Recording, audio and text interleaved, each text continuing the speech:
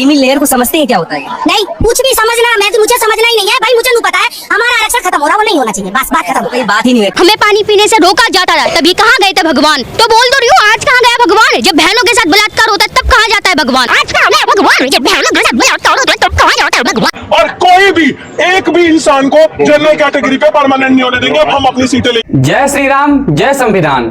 मित्रों, इस वीडियो के माध्यम से मैं उन लोगों को जवाब देने आया हूं जो भारत के संविधान के रक्षा के पीछे भारत के संविधान की रक्षा नष्ट कर रहे हैं, जो खुद को अम्बेडकरवादी बताते हैं, लेकिन उनको ये खुद नहीं पता है कि बाबा साहेब भीमराव अम्बेडकर जी ने संविधान में क्या क्या लिखा था। उन्हें ये खुद नहीं पता है कि संविधान की किताब में कितने पन्ने होते हैं। उन्हें ये खुद नहीं पता है कि मैं हिंदू हूँ या बौद्ध हूँ। वो हिंदू होकर के जय श्री राम बोलने में कतराते हैं और जय भीम बोल करके जाते हैं। ठीक है, जय भीम तो मैं भी बोलता हूँ, लेकिन मैं जय श्री राम भी बोलता हूँ। SC ST OBC जनरल सबको अपना भाई मानता हूँ, लेकिन जो समाज में गलत भ्रम फैला रहे हैं, जो हिंदू होकर के खुद को हिंदू नहीं मानते हैं, ये वीडियो सिर्फ उनके लिए है। इसीलिए आप इस वीडियो को अपने सभी दोस्तों तक और ग्रुप में शेयर जरूर करिएगा। समझ गए? आप क्रीमी लेयर को समझते हैं क्या होता है? नहीं, कुछ भी समझना, मुझे समझना ही नहीं है भाई, मुझे नहीं पता है। हमारा आरक्षण खत्म हो रहा, वो नहीं होना चाहिए, बस बात खत्म। कोई बात ही नहीं है। क्रीमी लेयर को समझते क्या है? हम समझे ना समझे, हमारा आरक्षण वापस चाहिए बस। आप समझते क्रीमी लेयर को?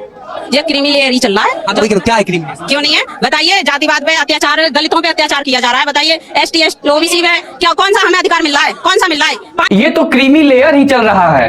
अब इससे दुर्भाग्यपूर्ण क्या हो सकता है कि देश की महिलाएं 200-200 रुपया लेकर के सरकार के खिलाफ विरोध प्रदर्शन में उतर गई हैं और इन्हें ये खुद नहीं पता है कि क्रीमी लेयर होता क्या है। इन्हें ये खुद नहीं पता है कि वो किसके खिलाफ प्रदर्शन कर रही हैं। उन्हें ये खुद नहीं पता है कि ऐसा सुप्रीम कोर्ट का कौन सा ऑर्डर आ गया है जिनके लिए उनको 200 रुपया लेकर के विरोध प्रदर्शन करना है। पहले ही फैसला कर ले। ये 50 शेड्स ऑफ बकचोदी मुझे समझ में नहीं आ रही है। क्या क्या क्या क्या चाहिए, क्या किस चीज की जरूरत है तुझे?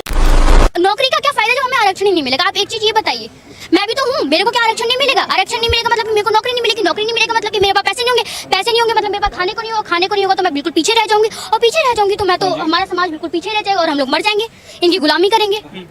आप ये बताइए मेरे को, गुलाम बनाने की कोशिश है क्या?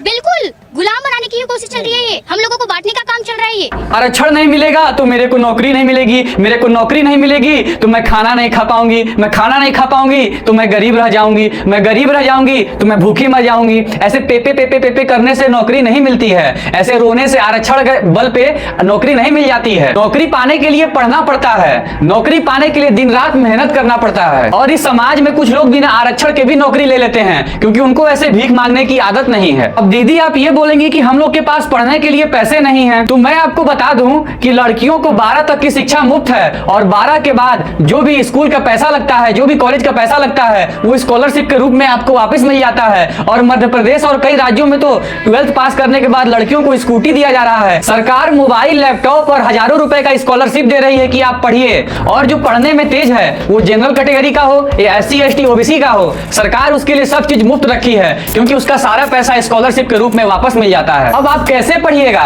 और कौन कौन सी सुविधा आपको चाहिए? आप तो 50% आरक्षण लेकर भी बैठी हुई हैं। क्या चाहती हो कि 100% आरक्षण तुम्ही को दे दिया जाए और जनरल जाके पाकिस्तान में बस जाएं? मुझे तो नहीं लगता है कि सरकार को कोई असर पड़ा है, लेकिन हाँ नुकसान तो उन्हें बहुत हुआ है। जब हमारे लोग अपने हक अधिकार के लिए आंदोलन करते हैं तो देखिए ये सरकार इतनी महान है कि वो उनको मारने का काम करती है, उनके ऊपर लाठी चार्ज करने का काम करती है। सरकार और पुलिस प्रशासन बेवकूफ नहीं है कि बिना मतलब का आपको मारेगी, बिना मतलब का आपके ऊपर लाठी चार्ज करेगी। तुम लोगों को प्रदर्शन करना है या जो करना है वो करो, क्योंकि ये तुम लोगों का और हम लोगों का संवैधानिक हक है। लेकिन प्रदर्शन के रूप में तुम सरकारी चीजों को तोड़ोगे, तुम प्रदर्शन के रूप में रोड पर जाम लगाओगे जिसमें आम लोगों को दिक्कत हो रही है। जाम की वजह से आजकल यूपी पुलिस परीक्षा के विद्यार्थी भी समय से अपने सेंटर पर नहीं पहुंच पा रहे हैं और लोगों की परीक्षा छूट जा रही है। प्रदर्शन के रूप में तुम ऑटो में भर भर के डंडे लाओगे, ऑटो में भर भर के पत्थर लाओगे और पुलिस के ऊपर तुम लोग पत्थर और लाठी फेंकोगे तो पुलिस सिर्फ देखती रहेगी। इतना सब होने के बाद भी पुलिस चुपचाप तुम लोगों को देखती रहे और तुम लोगों का फूल माला से स्वागत करे और अपने हाथ में पुलिस प्रशासन चूड़ी पहन के बैठ जाए। तुम लोगों के हिसाब से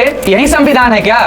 यही तुम लोगों को बाबा साहेब ने सिखाया है क्या? हमारे साथ जातिवाद भेदभाव होता था, छुआछूत होता था, हमें पानी पीने से रोका जाता था, तभी कहाँ गए थे भगवान? आज भी तो रोका जा रहा है ना। तो बोल दो रही हूँ, आज कहाँ गया भगवान? जब बहनों के साथ बलात्कार होता है तब कहाँ जाता है भगवान?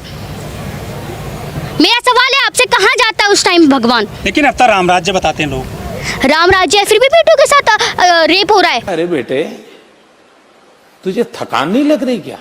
तुम्हारे इतना कुछ बोल देने के बाद भी तुम्हारी बात को हम बर्दाश्त कर ले रहे हैं और तुम वहां पर सुरक्षित खड़ी हो। ये हमारे भगवान के संस्कार ही हैं। हाँ, कुछ राक्षस समाज का माहौल खराब कर रहे हैं, क्योंकि राक्षस द्वापर और त्रेता में भी थे और कलयुग में भी राक्षस हैं ही, और ये राम राज्य ही है। तभी तुम इतने अच्छे से भारत में सरकार के खिलाफ विद्रोह कर दे रही हो। नहीं तो नॉर्थ कोरिया, साउथ कोरिया और अफगानिस्तान जैसे देशों में जाकर के सरकार के खिलाफ विद्रोह करो, उसके बाद तुमको पता चल जाएगा कि राम राज्य किसे कहते हैं। और छुआछूत हमारे भगवान करते हैं, ये बोलने से पहले एक बार जाकर के रामायण पढ़ लो मेरी बहन। तुम नादान हो, नहीं पढ़ोगी क्योंकि तुम्हारे पास समय भी नहीं है और तुमको बाइबल पढ़ना होता है। लेकिन कोई बात नहीं, मैं तुमको बता देता हूँ। भरी दरबार में प्रभु श्री राम के साथ केवट राज नीचे बैठ रहा था और प्रभु श्री राम ने उनसे बोला कि केवट राज आप नीचे क्यों बैठ रहे हैं, आप सिंहासन विराजमान करिए। लेकिन केवट राज बोला, नहीं प्रभु, मेरी ऐसी हैसियत नहीं है कि मैं आपके बराबर में बैठूं। ये वही हमारे प्रभु श्री राम है जिन्होंने कहा, नहीं, राम के लिए कोई बड़ा और छोटा नहीं है, राम के लिए कोई छुआछूत नहीं है। जो भी बैठेगा मेरे बराबर में बैठेगा, मुझसे ऊपर बैठ सकता है लेकिन राम से नीचे नहीं बैठेगा।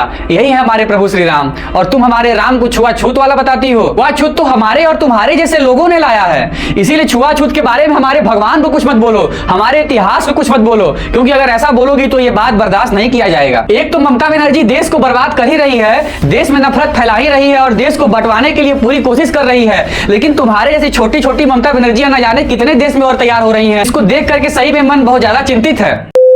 3000 साल सिर्फ एक ही समाज को अधिकार था बढ़ने का, तो आरक्षण तो तुम लेते आ रहे हो 3000 साल से, और 100% आरक्षण की मांग अब हम करेंगे। सारा बैकलॉग क्लियर करोगे, हमारी किसी चीज की लड़ाई नहीं, हमारी सिर्फ अब बैकलॉग की अधिकार लड़ाई है। जितनी सीटें आपने हमें नॉट फाउंड सूटेबल किया, अभी आने वाले 2 साल सड़कों पे निकलेंगे, ऑल इंडिया मूवमेंट करेंगे, लड़ेंगे, और कोई भी एक भी इंसान को जनरल कैटेगरी पे परमानेंट नहीं होने देंगे। अब हम अपनी सीटें लेके आएंगे। हम 100% आरक्षण लेंगे, एक भी जनरल कैटेगरी के लोगों को नौकरी नहीं लेने देंगे। वैसे दीदी का ये सपना तो काफी अच्छा है, लेकिन इनको ये नहीं समझ में आ रहा है कि जनरल कैटेगरी को एक भी नौकरी नहीं लेने देंगी, 100% आरक्षण करने के लिए लड़ाई करेंगी, तो जनरल कैटेगरी के हाथ में हाथ धर के सोया रहेगा। ऐसे लोगों को कान खोल करके एक बात सुन लेना चाहिए कि जनरल कैटेगरी आज शांत है, तभी आप लोगों को इतना आरक्षण मिल रहा है। और जिस तरह से तुम 100% आरक्षण लेने की धमकी दे रही हो, उस तरह ये जिस दिन रोड पे उतर गए ना और ये धमकी देने लगे कि हम आरक्षण खत्म कर देंगे, तो सरकार को यहाँ पर आरक्षण खत्म करना पड़ेगा। इस दिन सारे जनरल रोड पर उतर करके विरोध प्रदर्शन करेंगे,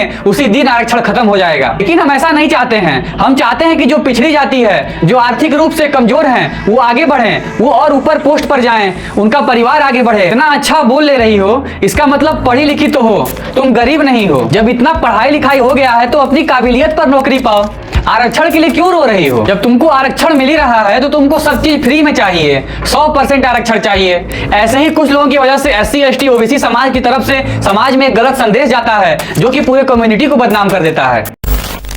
बीजेपी सरकार हरियाणा में कर रही है, पूरा कैबिनेट से पास कर दिया है। इससे पूरे देश के दलित, हम चाहते हैं कि आरक्षण को 9वीं अनुसूची में डाला जाए और निजी क्षेत्र न्यायपालिका में आरक्षण दे। हम लोगों को यह मांग है, पूरे देश में जाति जनगणना कराए।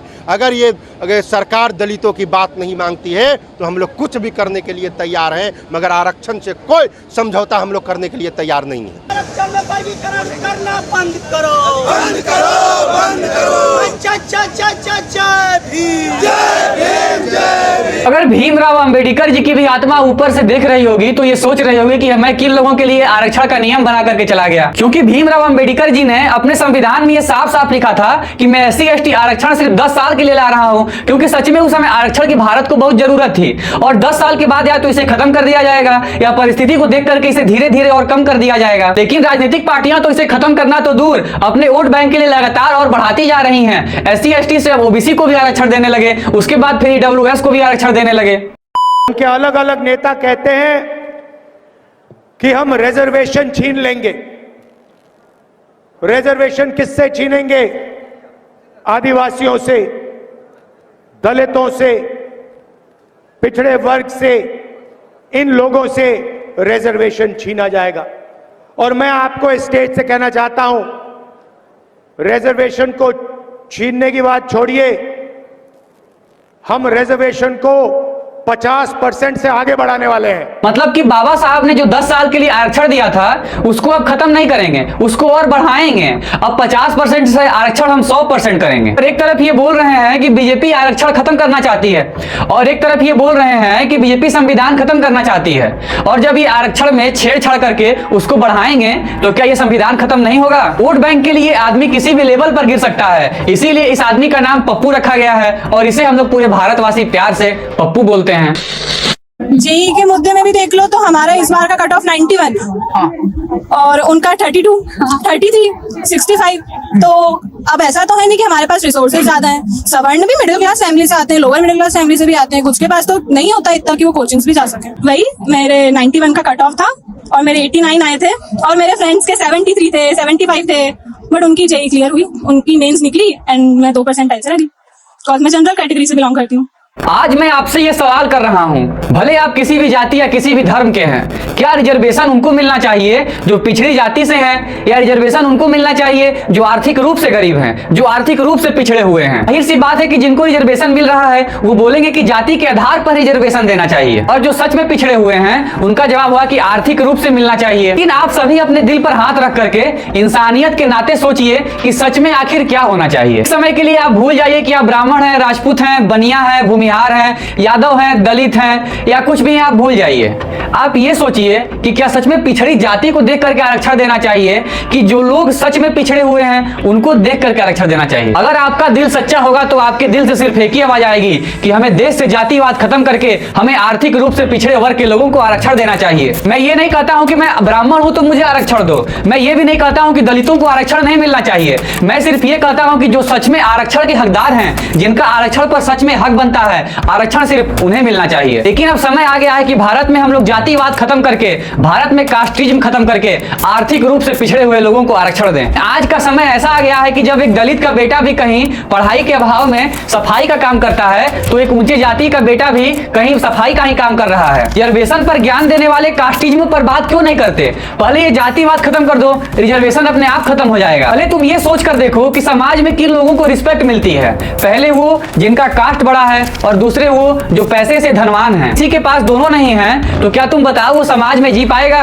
वो कभी समाज में आगे बढ़ पाएगा? वो किसी भी जाति का हो, समाज उसका इज्जत कभी नहीं करेगा। तो फ्रेंड्स, कैसा लगा आपको हमारा वीडियो? तो इस वीडियो को अपने सभी दोस्तों और ग्रुप्स में शेयर जरूर करिएगा, क्योंकि हमको भारत से जातिवाद खत्म करना है और आरक्षण को आर्थिक रूप से लाना है। और आपकी इस विषय पर क्या राय है हमें कमेंट में जरूर बताइएगा। वीडियो अच्छा लगा तो वीडियो को लाइक करके चैनल को सब्सक्राइब कर दीजिएगा। आपसे हम मिलते हैं अगले वीडियो में, तब तक के लिए जय श्री राम।